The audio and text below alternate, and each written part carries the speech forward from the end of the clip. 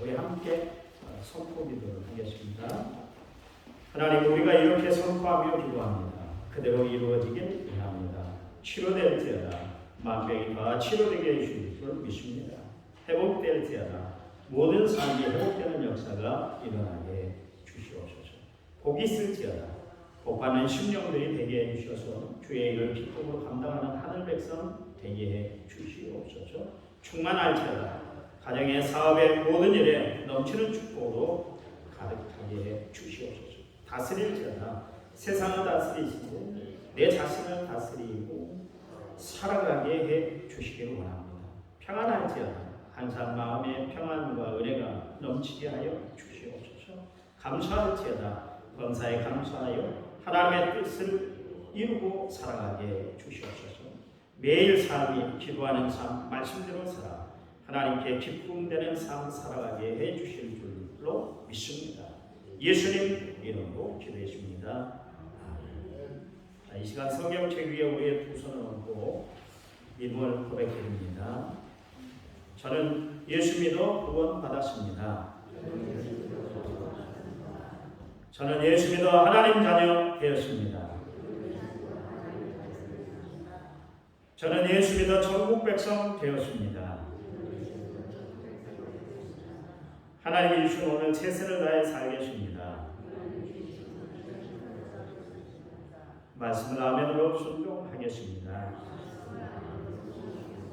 아멘. 그런 삶이 되기를 간절히 부탁을 드립니다. 며칠 후부터 이제 우리나라도 위드 코로나, 그래서 코로나와 함께 하기로 했다고 해요.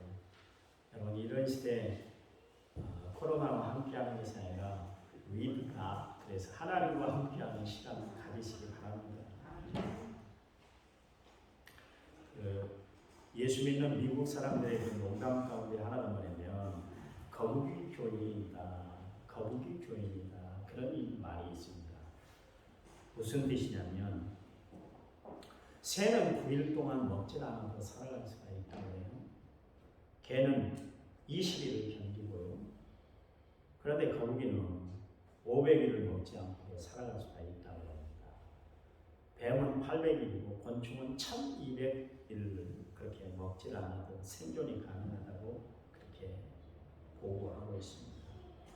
그래서 말씀 없이 살아가는 성도들을 뜻할 때 거북이 크리스찬이다, 그렇게 이야기를 하고 있습니다. 여러분, 어떤 사람이 건강한 사람일까요? 건강한 사람은 매일매일 음식을 잘 먹는 사람, 그래서 잘 소화를 시키는 사람이 건강한 사람이에요. 한약방 장로님이 그래서 목사님, 삼시세끼 잘 먹는 것이 보약입니다, 그런 이야기를 하시더라고요. 몸에 이상이 오면 제일 먼저 나타나는 현상이 뭐냐면 음식이 먹기 싫어집니다. 음식이 먹기 싫어집니다. 여러분, 하나님 자녀된 우리는 영혼의 건강, 영혼의 잘됨을 유지하기 위해서 매일 우리는 하나님의 말씀을 잘 먹고 살아야 될 줄 믿습니다.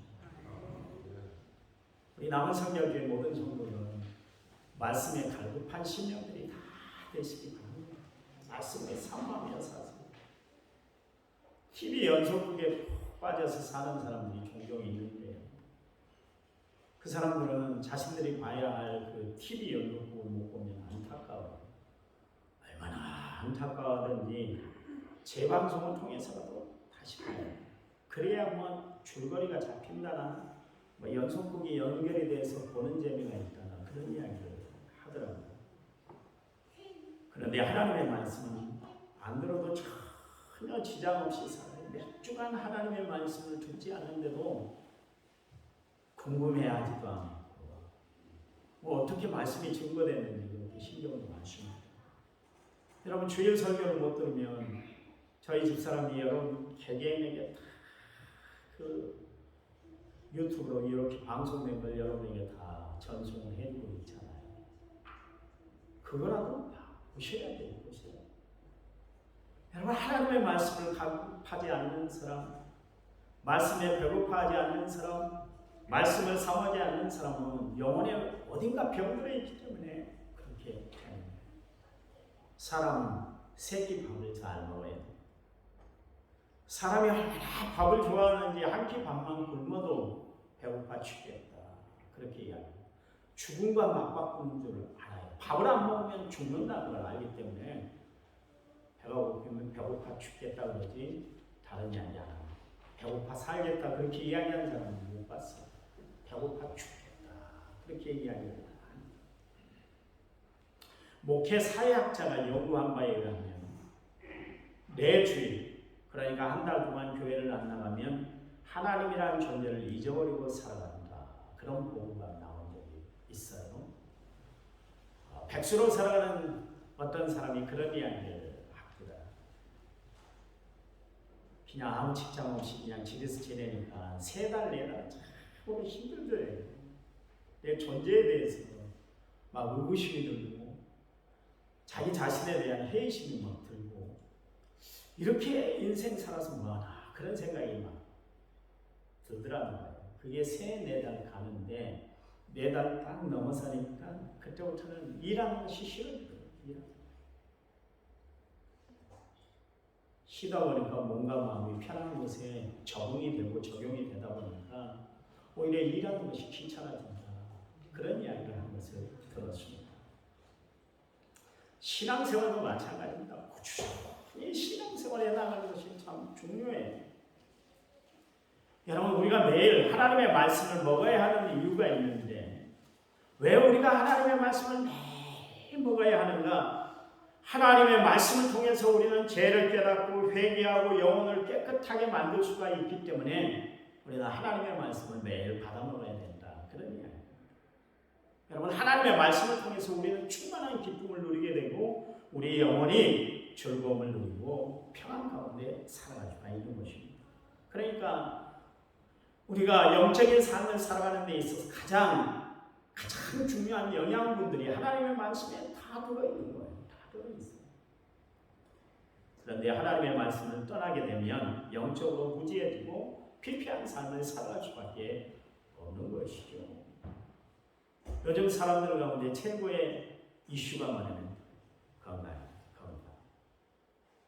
사람들은 아프지 않고 건강하게 사는 것을 다 소원하며 살아가고 있습니다. 여러분 어떻게 건강관리 잘하고 계시나요? 잘하고 계세요?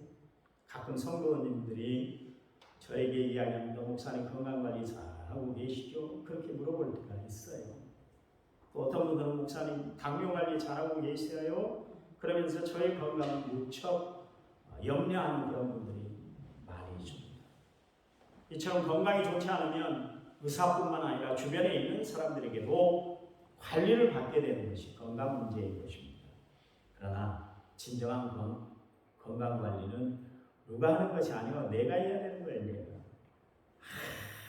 아무리 옆에서 이야기를 해도 내가 관리하지 않으면 건강은 지켜지기가 힘들기 때문에 그렇습니다. 전주에 부교육점이 있을 때 병원을 찾아갔어요. 너무나 피곤하고 막 나른해서 목이 마르고 해서 혹시 내가 무슨 병이 있는가. 그리고 내과에 갔더니 그 의사 선생님이 목사님 건강관리 좀 잘 하시기 바랍니다. 지금 당뇨 전 단계이기 때문에 당뇨를 잘 관리하기 위해서는 운동을 좀 꾸준히 하시기 바랍니다. 그러시더라고요. 그런데 제가 시간이 없다는 핑계 때문에 그 관리를 잘못하면 지금 당뇨 환자가 딱 되고 말한 사람. 의사 선생님 말씀을 잘 들었어야 되는데 듣지 않다가 평생 힘들고 후회한 일을 제가 겪고 있는 것이에요. 제가 친구를 만날 때마다 교수로 있는 친구를 만날 때마다 교인들에게 하나님의 말씀 잘 들으라고 이야기하지 말고 당신도 몸 관리를 잘해. 내 말도 좀 잘 들어줘. 그런 이야기를 꼭 하고 있습니다. 우리는 세상을 살아가면서 관리할 것들이 참 많이 있죠. 건강관리, 세상관리, 또 사람관리, 가정관리들 참 얼마나 많은지 모릅니다. 관리가 중요한 시대에 우리가 살아가고 있습니다. 기업은 생산관리를 잘해야 되고 또 식당은 손님관리를 잘해야 되고 병원은 환자관리를 잘해야 되고 은행은 고객관리를 잘 해야만 합니다. 운동선수는 체력관리를 잘해야 돼요. 교회는 신자 관리를 잘해요. 그러나 성도는 믿음 관리를 잘하고 살아야 됩니다. 우리가 살아가면서 신앙이 관리가 안 되면 모든 것이 다 무너지고 마는 거예요. 신앙 관리를 잘해야 돼요. 여러분, 우리가 건강을 잃어버리면 살아가는데 얼마나 불편한 점들이 참 많은지 모르겠어요. 활동 범위도 줄어들고 즐겨하는 음식도 다 놔야 되고 또 하고 싶은 일을 다 내려놔야 돼요. 그래서 독일 격언에 그런 이야기가 있잖아요. 돈을 잃으면 조금 잃은 것이고 명예를 잃으면 많이 잃은 것이고 건강을 잃으면 다 잃어버린 것이다. 그렇게 이야기를 하고 있습니다. 고향 친구가 항상 만나면 건강에 대해서 자신을 하고 살아가는 친구가 있어요. 그래서 그 빵집도 싱글벙글 빵집이라는 게 있습니다. 인터넷 뒤져보면 아주 유명한 집입니다.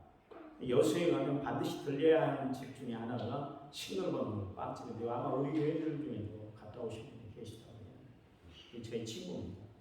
저 둘도 없는 친구인데 항상 웃고 긍정적이고 활발한 친구가 요즘 전화하면 이런 말을 하더라고요.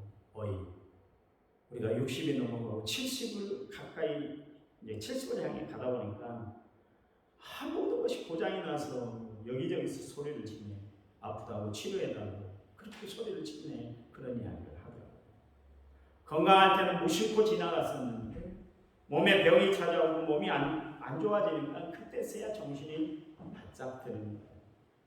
여러분, 사람이 그렇습니다. 세상 살아가면서 건강을 잘 유지하고 살아가는 것이 얼마나 소중한지 몰라요. 건강이 잃고 나니까 그제서야 건강을 정말 건강이 중요하다는 것을 그제야 깨닫게 되는 것이죠. 성도 여러분, 건강하게 사시길 바랍니다. 건강하세요. 혹시 병 들었으면 반드시 고치시기 바랍니다. 지금 내가 건강하게 살아가고 있다는 것, 하나님 앞에 복받은 것인 줄 알아 하나님 앞에 날마다 감사하며 살아가는 성도들이 되시기를 또한 간절히 부탁을 드립니다. 여러분, 예수님이 이 땅에 오셔서 하신 일들을 봐보세요. 가장 먼저 하셨던 일이 뭐냐면 병 고치는 일이셨어요.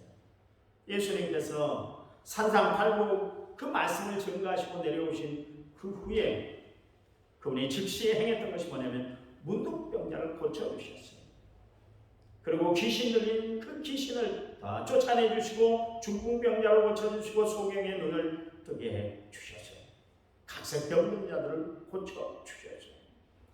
주님이 병을 고쳐주시면서 이런 말씀을 하셨잖아요.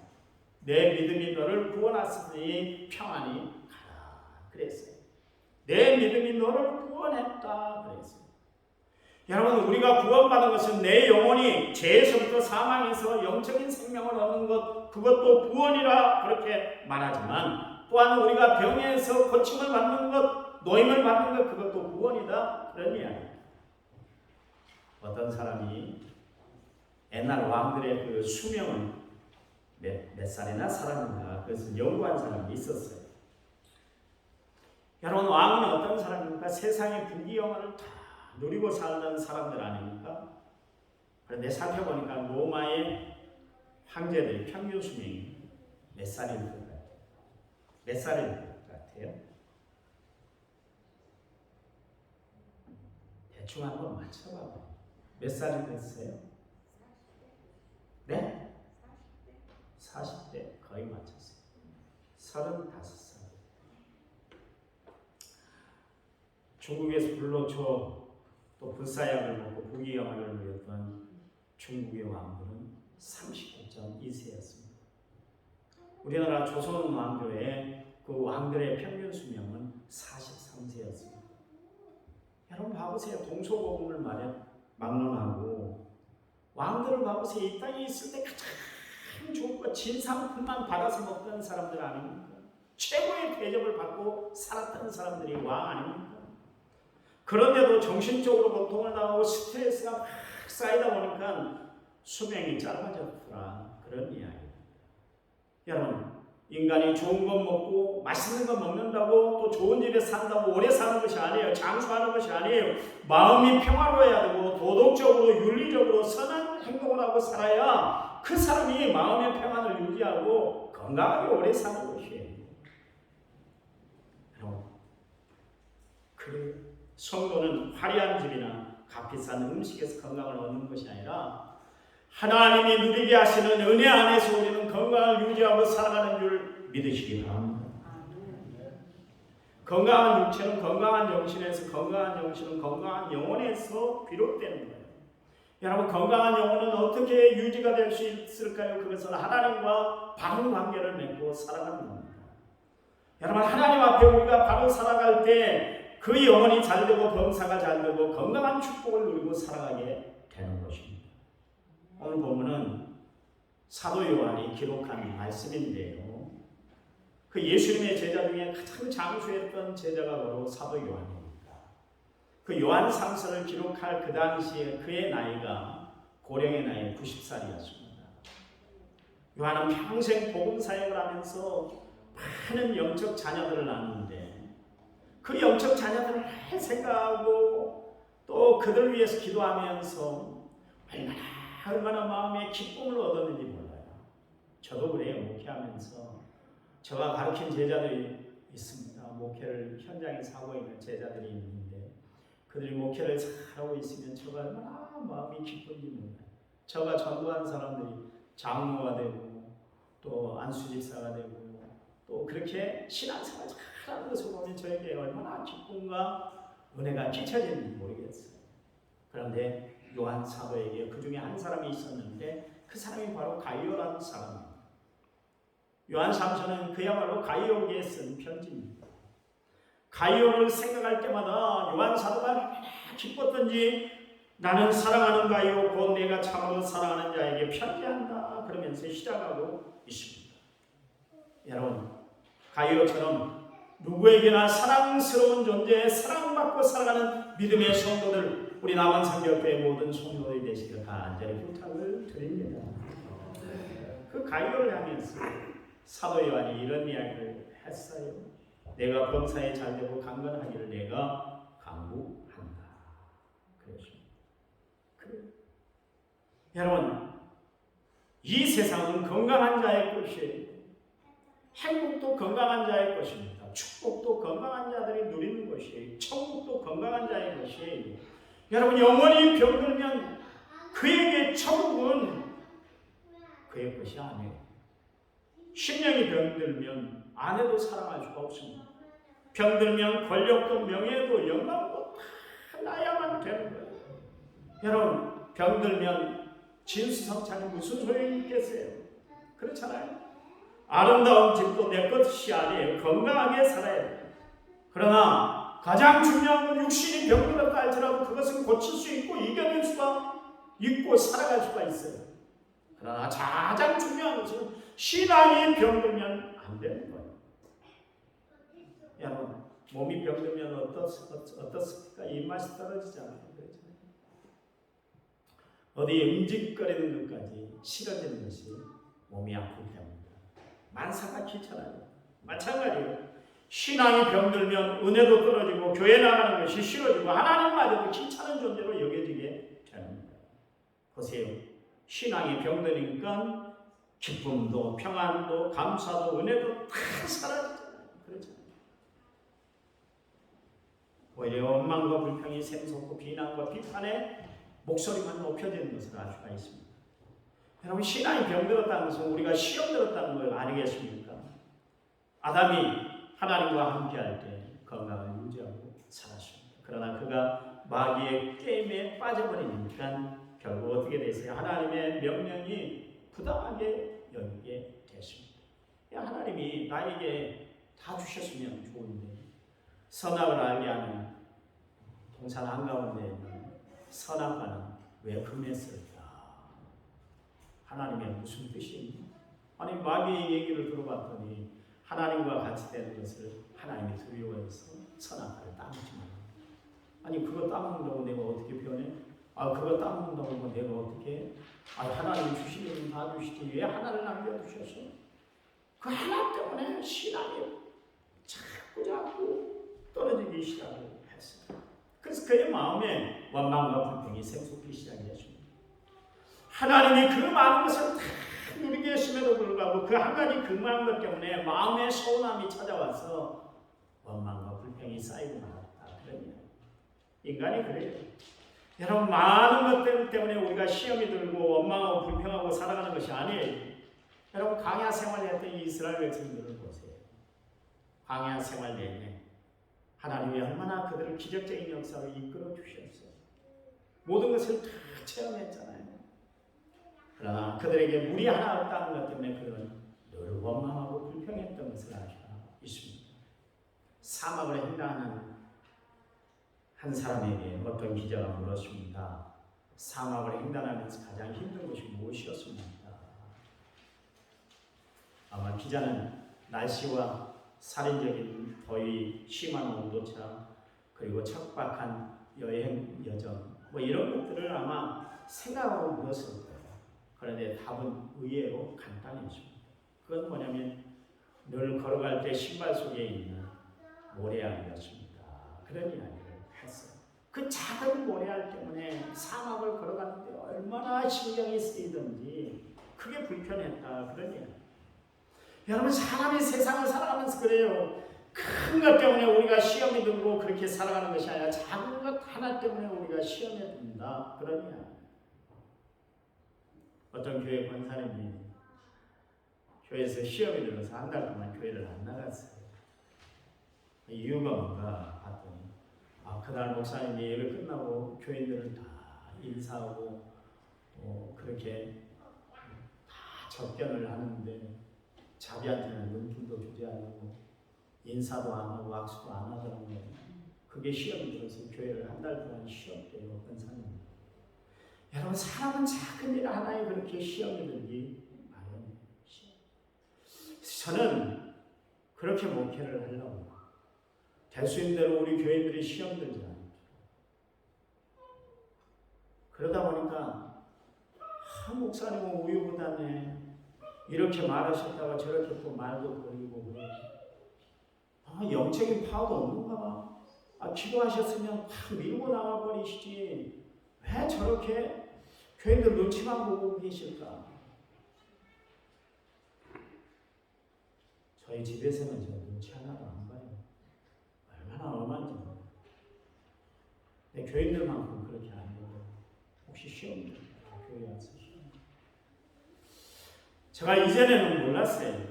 교인들을 막 이렇게 툭툭 치고 말도 그냥 재밌게 하고 그러면 그냥 받아들일 줄 알았더니 그것도 시험거리가 되더라고요. 그래서 요즘은 조심하려고 엄청 노력합니다. 왜냐하면 내가 잘못해서 교인들 신앙이 무너지면 안 되니까. 목사는 말 한마디도 참을 줄 알아요.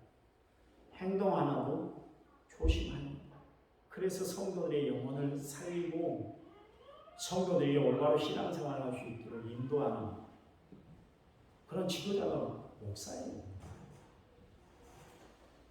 근데 목사님이 막 일부러 그랬댔어요. 그런데 그 권사님에게 그랬더니 그렇게 시험이 들어서 한 달 동안 교회를 안 나갔다. 여러분, 그래요. 시험이 들면 그런 됩니다. 근데 성경에 보면 우리를 시험 들게 만드는 요소가 있다.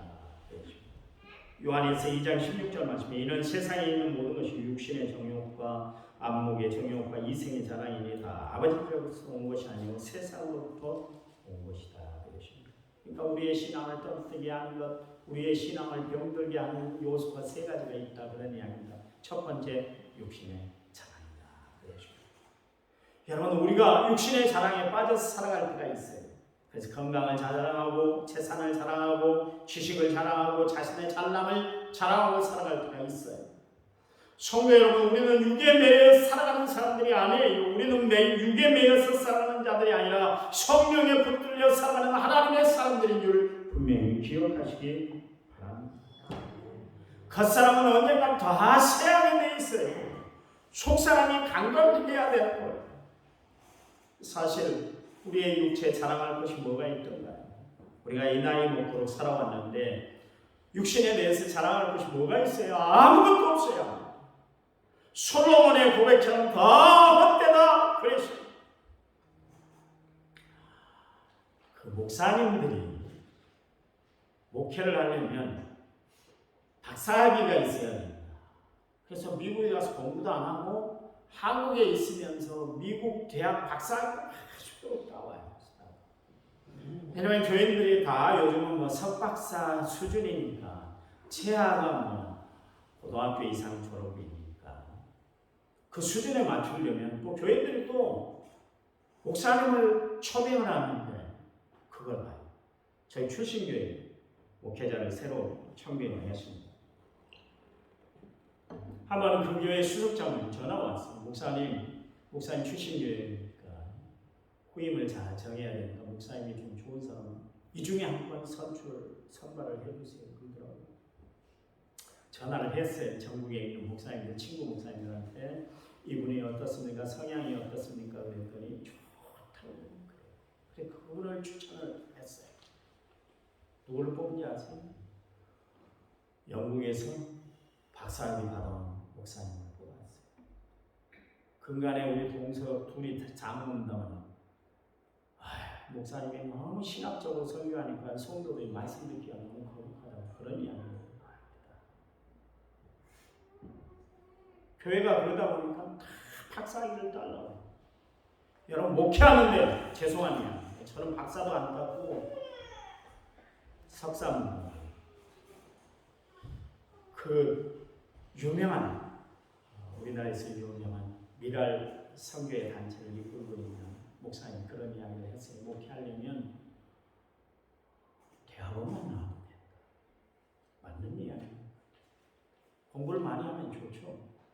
네, 박사가 설교를 잘하게 합니다.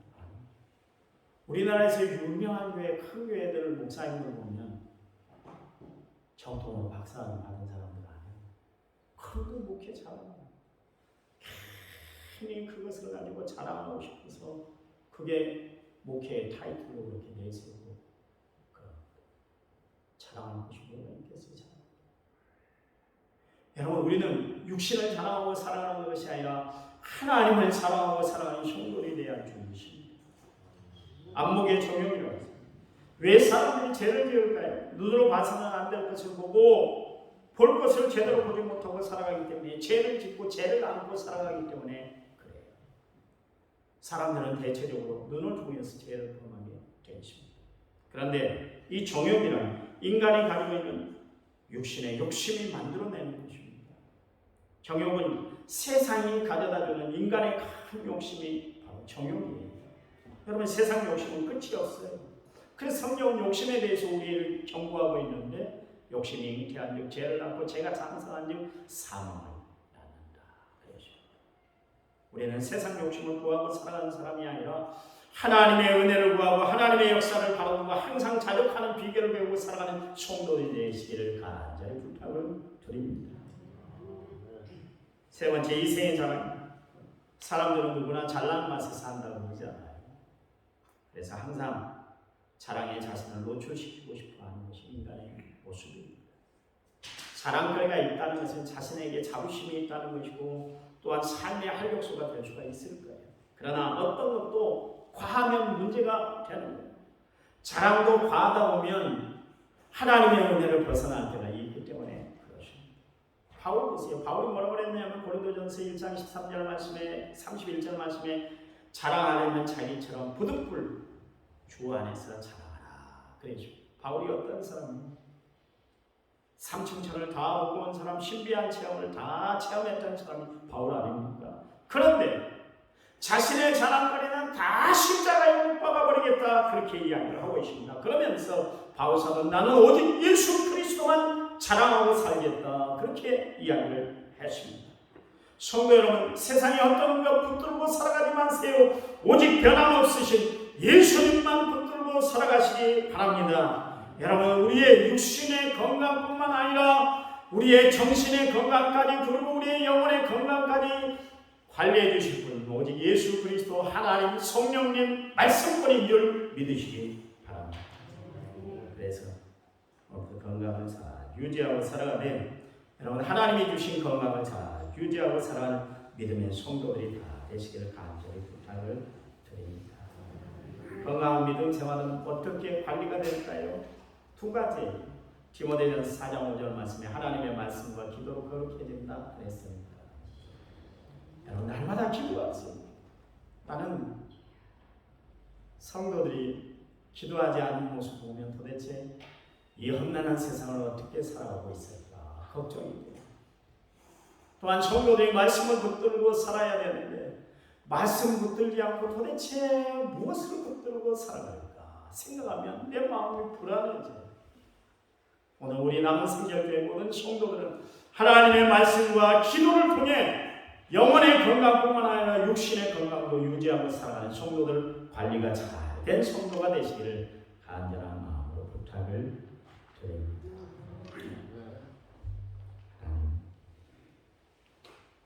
감사합니다.